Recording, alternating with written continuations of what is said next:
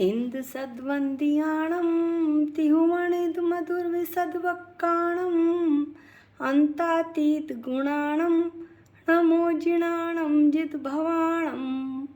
हम सभी पंचस्तिकाय संग्रह का अध्ययन कर रहे हैं।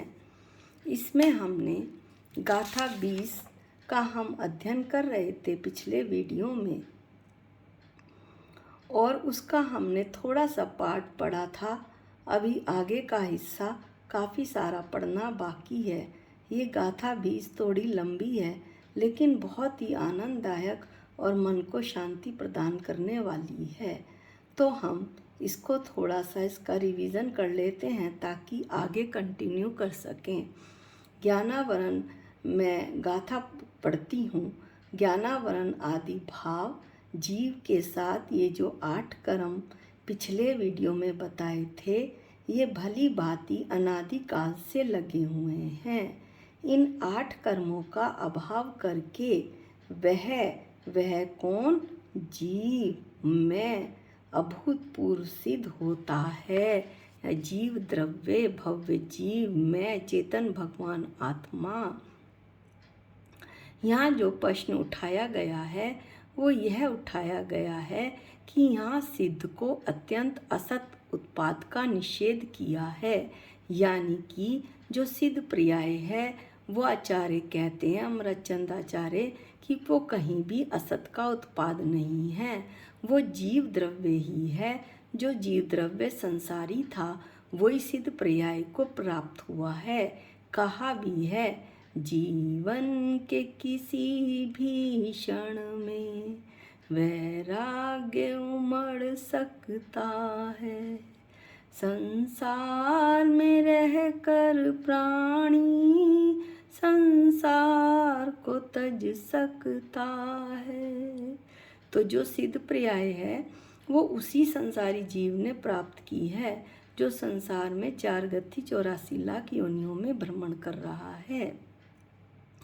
अब आचार्य बताते हैं, अमृतचंद आचार्य टीका में, कि जिस प्रकार कुछ समय तक साथ साथ रहने वाले नाम कर्म के उदय से जो जीव को एक पर्याय प्राप्त हुई है, वो पर्याय जैसे मनुष्य पर्याय उसको प्राप्त है, तो नाम कर्म के उदय से मनुष्य नाम कर्म के उदय से वो पर्याय उसकी वो पर्याय नाम जो है अब खत्म हो गई है, नष्ट निर्वृत्ति को प्राप्त हुई।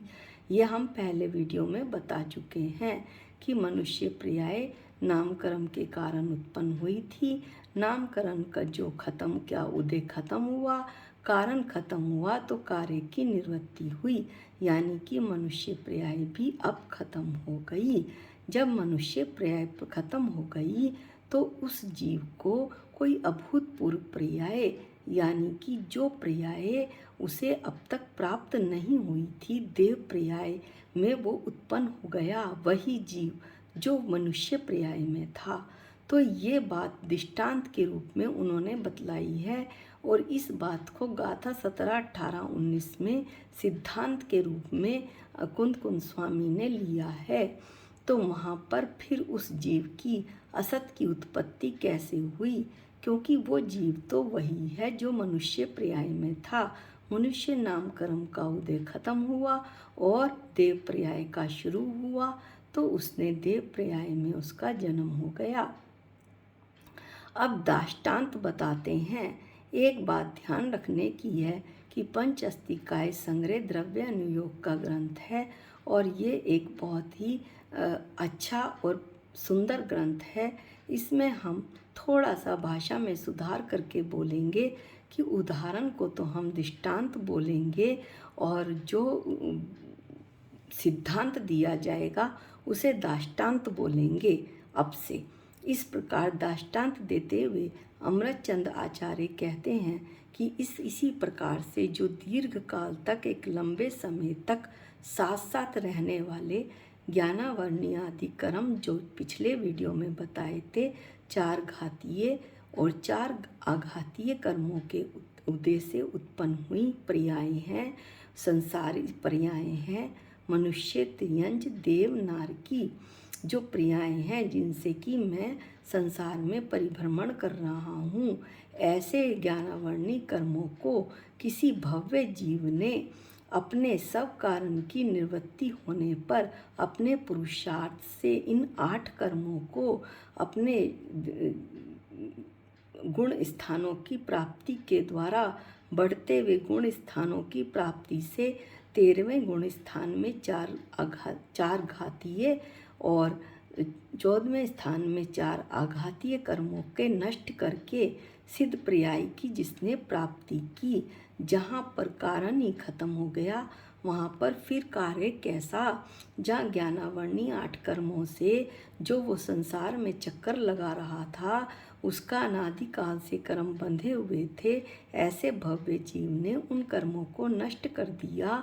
तो अब वो उनसे संसार पर्याय से निवृत्त हुआ। अब उसे ये पर्याय प्राप्त नहीं होंगी। जब उस जीव को ये पर्याय प्राप्त नहीं होंगी तो उसे कोई अभूतपूर्व ऐसी पर्याय जो पहले कभी प्राप्त नहीं हुई, जो अभी तक उसे ऐसी अवस्था प्राप्त नहीं हुई, ऐसी सिद्ध पर्याय उस जीव को, भव्य जीव को प्राप्त होगी। तो वही जीव तो संसार में चक्कर काट रहा था और उसी जीव ने उस सिद्ध पर्याय को प्राप्त किया, ज्ञानावर्णी 8 कर्मों को नष्ट करके। फिर असत की उत्पत्ति कैसे हुई? कदापि असत की उत्पत्ति नहीं कही जा सकती। अब मैंने बताया था कि इसके लिए हम एक बहुत ही सुंदर उदाहरण लेते हैं। हम पूरा उदाहरण ध्यानपूर्वक पढ़ेंगे और फिर उसका दृष्टांत ध्यानपूर्वक पढ़ेंगे और फिर उसका आराम से हम विश्लेषण करेंगे।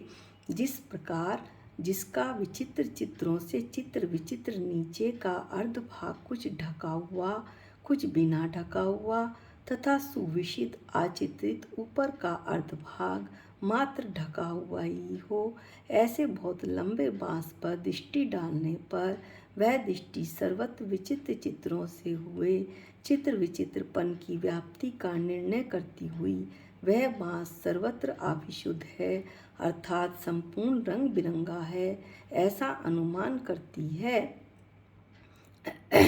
उसी प्रकार जिसका ज्ञानावर्ण आदि कर्मों से ढका हुआ चित्र विचित्र युक्त विविध विभाव पर्याय वाला बहुत बड़ा नीचे का भाग कुछ ढका हुआ, कुछ बिना ढका हुआ तथा सुविशिद सिद्ध पर्याय वाला बहुत बड़ा ऊपर का भाग मात्र ढका हुआ ही है, ऐसे किसी जीव द्रव्य में बुद्धि लगाने से वह बुद्धि सर्वत्र ज्ञानावर्ण आदि कर्मों से हुए चित्र विचित्र पने की व्याप्ति का निर्णय करती हुई वह जीव सर्वत्र आविशुद्ध है, अर्थात संपूर्ण संसार पर्याय वाला है, ऐसा अनुमान करती है। अभी हम यहीं तक पढ़ते हैं, कुछ भी समझ नहीं आया। अब हम समझने की कोशिश करते हैं कि जैसा कि अमरचंद आचार्य ने बताया, एक बहुत लंबा बांस है, उसके हम आधे भाग पर दृष्टि करते हैं।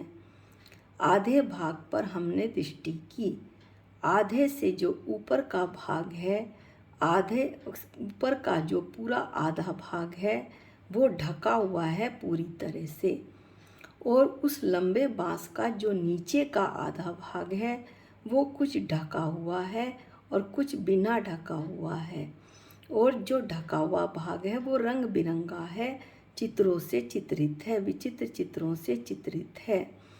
तो जब हम ऐसी दृष्टि उस लंबे बांस पर डालते हैं तो यह जो हमारी दृष्टि है वो जब इन रंग बिरंगे चित्रों को देखती है तो इन रंग बिरंगे चित्रों को देखती हुई वो व्याप्ति का निर्णय करती है, यानी कि अविनाभावी संबंध ढूंढती है कि एक अविनाभावी संबंध है। वो अविनाभावी संबंध कैसे है कि वह बांस सर्वत्र आविशुद्ध है, अर्थात संपूर्ण रूप से रंग बिरंगा है, ऐसा अनुमान करती है कि जहाँ जहाँ वह बांस, अविनाभावी संबंध का मतलब है कि जहाँ जहाँ ज्ञान होगा वहाँ वहाँ जीव होगा, जहाँ जहाँ चेतना होगी, जहाँ जहाँ ज्ञान होगा वहाँ वहाँ जीव होगा, जहाँ जहाँ जीव होगा वहाँ वहाँ ज्ञान होगा, ऐसा अविनाभावी संबंध है, एक के होने पर दूसरा अवश्य होगा ही होगा। तो जहाँ जहाँ बाँस रंग बिरंगा है वहाँ वहाँ भास सर्वथा अविशुद्ध ही है। यानी कि अविशुद्ध का मतलब है कि वो शुद्ध नहीं है, वहाँ पर वो रंगा हुआ है। तो जहाँ पर वो रंगा हुआ है वहाँ पर रंग बिरंगे चित्र हैं ही हैं। इस तरह से अविनाभावी संबंध का अनुमान करती है। व्याप्ति का ज्ञान ही अविनाभावी संबंध कहलाता है। अब ये तो हुआ दृष्टांत। अब इसके बाद आचार्य दाष्टान्त लेते हैं कि उसी प्रकार दाष्टान्त में कहते हैं कि हम अपनी बुद्धि एक ऐसे जीव द्रव्य पर लगाते हैं कि जिसका जो आधा भाग है वो तो कुछ ढका हुआ है और कुछ बिना ढका हुआ है, और उस जीव द्रव्य का एक बहुत बड़ा भाग जो है, आधा ऊपर का भाग बिल्कुल पूरा ढका हुआ है, जो सुविशुद्ध है, सिद्ध पर्याय वाला है। उस जीव द्रव्य का आधा ऊपर का भाग सुविशुद्ध सिद्ध पर्याय वाला है, और जो उस जीव द्रव्य का नीचे का भाग है वो ज्ञानावरणी कर्मों से रंग बिरंगापन हुआ संसारीपन लिया हुआ है, विभाव पर्याय वाला है। और वो जो आधा भाग है उसमें बहुत बड़ा भाग, नीचे का भाग कुछ ढका हुआ है और कुछ बिना ढका हुआ है। ऐसा है, जो बिना ढका हुआ है वो पर्याय जो है वहाँ पर प्रकट है, संसारी पर्याय वहाँ पर प्रकट हो रही है। और जो ढका हुआ है अभी वो पर्याय प्रकट होनी बाकी है, संसारी पर्याय। तो रंग बिरंगा भाग माने संसारी पर्याय, यानी विभाव पर्याय, यानी संसारीपन। अब ऐसे किसी जीव द्रव्य में जब हम बुद्धि लगाते हैं तो हमें पता चलता है कि जो ज्ञानावरणी आदि 8 कर्मों से जो रंग बिरंगापन हो रहा था, व्याप्ति का निर्णय हमारी बुद्धि कर रही है, वहाँ पर वह जीव संपूर्ण संसार पर्याय वाला है, यानी संसार की पर्याय को लिए हुए है, अविशुद्ध है, शुद्ध नहीं है। वहाँ पर कैसा है वो? मनुष्य, त्रियंच, देव, नारकी, ऐसी विभाव पर्यायों को लिया हुआ है। ऐसा हमारा जो बुद्धि है वो इस बात का निर्णय करती है। इस प्रकार फिर से आगे हम फिर टीका पढ़ते हैं। यहाँ तक जो टीका पढ़ी थी उसका विश्लेषण हो गया। अब हम आगे पढ़ते हैं। उसके बाद पुनश्च करके अमृतचंदाचार्य कहते हैं, जिस प्रकार उस बास में व्याप्ति ज्ञानाभास का कारण नीचे के खुले भाग में विचित्र चित्रों से हुए चित्र विचित्रपने का अन्वय, यानी साथ लगातार साथ रहना, प्रवाह संतति था, उसी प्रकार उस जीव द्रव्य में व्याप्ति ज्ञानाभास का कारण नीचे के खुले भाग में ज्ञानावरणी आदि कर्मों से हुए चित्र विचित्रपने का अन्वय, यानी साथ है, यानी कि प्रवाह है। तो अब हम इसका विश्लेषण करते हैं। कुछ भी समझ नहीं आया, हम इसका विश्लेषण करते हैं कि जिस प्रकार जिस बाँस की कल्पना हमने पहले की थी उसमें व्याप्ति ज्ञानाभास यानी अविनाभावी संबंध के कारण रंग बिरंगे बाँस में जीव के विभाव परिणाम दिखलाई दे रहे हैं, संसारीपनों का प्रवाह दिखाई जो उसके जीव के विभाव परिणाम हैं, यानी कि मनुष्य, त्रियंच, देव, नारकी का एक संतति चल रही है उन विचित्र चित्रों में। ये तो दाष्टान्त हो गया कि उस बाँस को देख के हम ये अनुमान लगा सकते हैं कि जिस तरह से उस बाँस में वो अविनाभावी संबंध के कारण जो नीचे का खुला भाग है रंग बिरंगा, वो उसका प्रवाह चल रहा है, संतति चल रही है, यानी जहाँ जहाँ पर वो चित्र विचित्रपना है वहाँ पर वो बाँस वहाँ पर उस स्थान में रंग बिरंगा है। एक रंग निकलता है, दूसरा रंग आता है हमारी दृष्टि में, दूसरा रंग निकलता है, तीसरा रंग आता है, चौथा रंग आता है। इस तरह ये एक प्रवाह सा चल रहा है उस बाँस में। तो उसी प्रकार अब दृष्टांत में जो ऊपर की बात मैंने बता दी थी वो नीचे फिर आएगी कि उसी प्रकार दृष्टांत में जीव द्रव्य में जो व्याप्ति ज्ञानाभास का कारण है, व्याप्ति ज्ञानाभास यानी अविनाभाव का कारण है, वो अविनाभावी संबंध का कारण है। नीचे के खुले भाग में जो उस जीव द्रव्य का नीचे का खुला भाग बताया था, उसमें जो ज्ञानावर्णी आदि कर्म अनादिकाल से उस जीव द्रव्य के साथ जुड़े हुए हैं, उससे उसमें मनुष्य त्रियंज देव नारकी ऐसी विभाव पर्यायों को वो प्राप्त कर रहा है। कौन? वो जीव द्रव्य एक पर्याय के बाद दूसरी, दूसरी के बाद तीसरी, तीसरी के बाद चौथी। तो जहाँ जहाँ ज्ञानावर्णी आदि कर्मों से वो जीव द्रव्य का खुला भाग है, वहाँ वहाँ पर मनुष्य पर्याय संसारीपन, मनुष्य त्रियंच देव नारकी पर्याय संसारीपन दिखलाई देता है। ऐसा हमारी बुद्धि निर्णय करती है। अब हम आगे टीका पढ़ते हैं। और जिस प्रकार उस बांस में ऊपर के भाग में सुविशुद्धपना है, क्योंकि वहाँ विचित्र चित्रों से हुए चित्र विचित्रपने के अन्वय का अभाव है, उसी प्रकार उस जीव द्रव्य में ऊपर के भाग में सिद्धपना है। आचार्य अमृतचंद कितना अच्छा उदाहरण दे रहे हैं, दृष्टांत दे रहे हैं, कितनी अच्छी बात बताकर हमें समझाने की कोशिश कर रहे हैं कि उस बांस में चित्र विचित्रपने के अलावा हमने यह भी बताया था कि जो बांस का आधा भाग है वो बिल्कुल किसी भी तरह का उसमें चित्र नहीं है, उसमें उन चित्रों का अभाव है, अन्वय का अभाव है, उन चित्रों के साथ का अभाव है। तो वह बांस उस स्थान पर पूरी तरह से शुद्ध है, विशुद्ध है। इसी प्रकार दृष्टांत देते हुए अब आचार्य कहते हैं, कितनी सुंदरता के साथ उन्होंने दृष्टांत देके, हल्का सा दृष्टांत देके कितनी सुंदरता के साथ हमें इतना बड़ा सिद्धांत समझा दिया कि उसी प्रकार उस जीव द्रव्य के, जिस अजीव द्रव्य को पर हमारी बुद्धि लगी हुई थी, उसके ऊपर के भाग में सिद्धपना है, यानी उसमें जीव की जो स्वभाव पर्याय है वो है निगोद से लेकर सिद्ध तक मेरी आत्मा एक समान है। चेतन भगवान आत्मा स्वभाव रूप ज्ञाता दृष्टा सिद्धपना एक चेतन भगवान आत्मा, जो मैं भविष्य में मैं चेतन भगवान आत्मा हूँ, इसके अलावा मैं कुछ भी नहीं हूँ।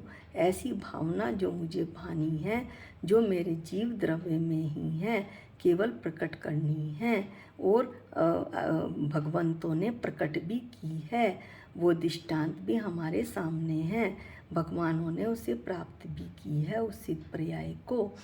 तो ये बतला रहे हैं कि जिस तरह जीव द्रव्य में ऊपर के भाग में सिद्धपना है, क्यों सिद्धपना है, वहाँ पर क्यों विशुद्धपना है, क्योंकि अविनाभावी संबंध है। किस बात का अविनाभावी संबंध है वहाँ पर? इस बात का अविनाभावी संबंध है कि वहाँ पर ज्ञानावर्णी कर्म आदि से जो विभाव पर्याय प्राप्त हो रही थी, संसारी पर्याय चित्र विचित्रपना संसारी पर्यायपना प्राप्त हो रहा था, उसके साथ का, उसके अन्वय का वहाँ पर अभाव हो गया है। अब यह जो अभाव हुआ है, ये अभाव कहते हैं आचार्य कि आप्त आगम के ज्ञान से, यानी भगवान ने जो वाणी है, अनंत भगवान की जो वाणी है, आगम की जो वाणी है, सर्वज्ञ के द्वारा बताई गई जो आगम है, जिन वाणी है, उसके ज्ञान से और सम्यक अनुमान ज्ञान से, जो सम्यक अनुमान सच्चे अनुमान ज्ञान से और जो इंद्रियों से रहित अतीन्द्रिय ज्ञान है, उससे यह बात बिल्कुल स्पष्ट मालूम होती है कि जीव द्रव्य का एक भाग ऐसा है जो बिल्कुल विशुद्ध है और कुछ भाग ऐसा है, आधा भाग जो कि चित्र विचित्र है, ज्ञानावर्णी आदि कर्मों से उसको विभाव पर्याय संसार में प्राप्त हो रही हैं। जब वो इन ज्ञानावर्णी आदि कर्मों का अभाव कर लेता है तो इसे एक बिल्कुल अभूतपूर्व पर्याय प्राप्त होती है, क्योंकि कारण ही खत्म हो गया। तो संसार कैसा? संसार तो इन्हीं ज्ञानावर्णी कर्म से था। अब ये संसार कैसा? अब जो पर्याय उसे प्राप्त हुई है वो अभूतपूर्व है। इस तरह जीव संसार पर्याय नष्ट करके सिद्ध पर्याय रूप परिणमित होता है। यानी वही जीव जो संसार में भटक रहा था, ज्ञानावर्णी कर्मों को नष्ट करके सिद्ध पर्याय को प्राप्त करता है, उस रूप परिणमित होता है। तो जब जीव द्रव्य वही है जो संसार में था, फिर असत का उत्पाद कहाँ हुआ? यही बात हमें सिद्ध करनी थी कि जो सिद्ध की पर्याय है वहाँ पर कहीं भी असत का उत्पाद नहीं है। वहाँ पर जो जीव द्रव्य है वो जो संसार में भटक रहा था उसी ने सिद्ध पर्याय को प्राप्त किया है। तो फिर असत का उत्पाद कैसे हुआ? बिल्कुल भी नहीं हुआ, क्योंकि जीव तो वही है। निगोद से लेकर सिद्ध तक केवल अपने पुरुषार्थ, अपने ध्यान, अपने तप के बल पर उसने सब कारण से इन ज्ञानावर्णी कर्मों की निवृत्ति की है। जब उसने कारण ही भव्य जीव ने खत्म कर दिया तो फिर कार्य क्या रहा? अब तो कार्य दूसरा ही हुआ। अभूतपूर्व पर्याय प्रकट हुई जो कि सिद्ध पर्याय है। फिर यह असत कैसे हुई? कदापि नहीं हुई। इस गाथा का यह भाव है। ये गाथा यद्यपि टफ है, लेकिन यदि आप ध्यान पूर्वक सुनेंगे और ग्रंथ लेकर सुनेंगे तो बहुत ही ज्ञानवर्धक है। और आपका मन जो है आनंद से आपकी आत्मा आनंद से भर जाएगी, क्योंकि आत्मा का तो स्वभाव ही है ज्ञाता दृष्टा। विभाव पर्याय तो उसे रुचती ही नहीं है। वो तो हम अपने भावों से विभाव रूप परिणमित होते हैं। आत्मा को तो ज्ञाता दृष्टा रहना ही अच्छा लगता है। यह हमें अपने अनुभव से भी पता लगता है। आगे हम इस गाथा का पूरा रिवीजन भावार्थ की सहायता से करेंगे, ताकि आपको ये गाथा बहुत अच्छी तरह से समझ में आ जाए। आज के वीडियो में इतना ही। निज निधि निज में बताई, ये अनंत उपकार है।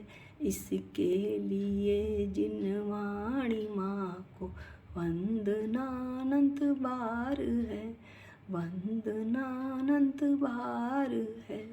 सबको जय जिनेंद्र।